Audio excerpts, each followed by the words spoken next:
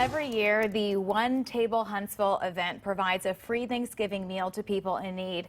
Coronavirus caused changes this year.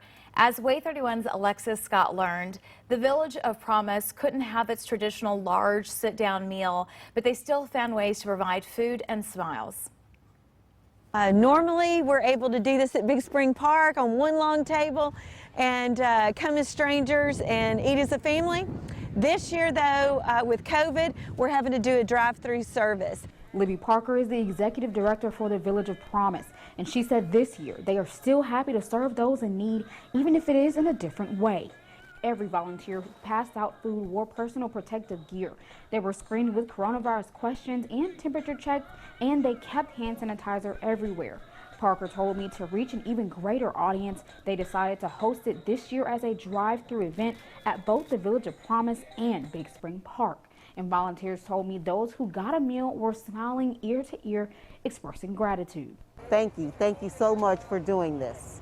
Volunteers prepared more than 3,000 meals, and they also told me although they couldn't speak to everyone like they wanted, to be able to help even just a little bit warms their heart. Remind us that we still do have something to be thankful for, despite this being the kind of year that it has been.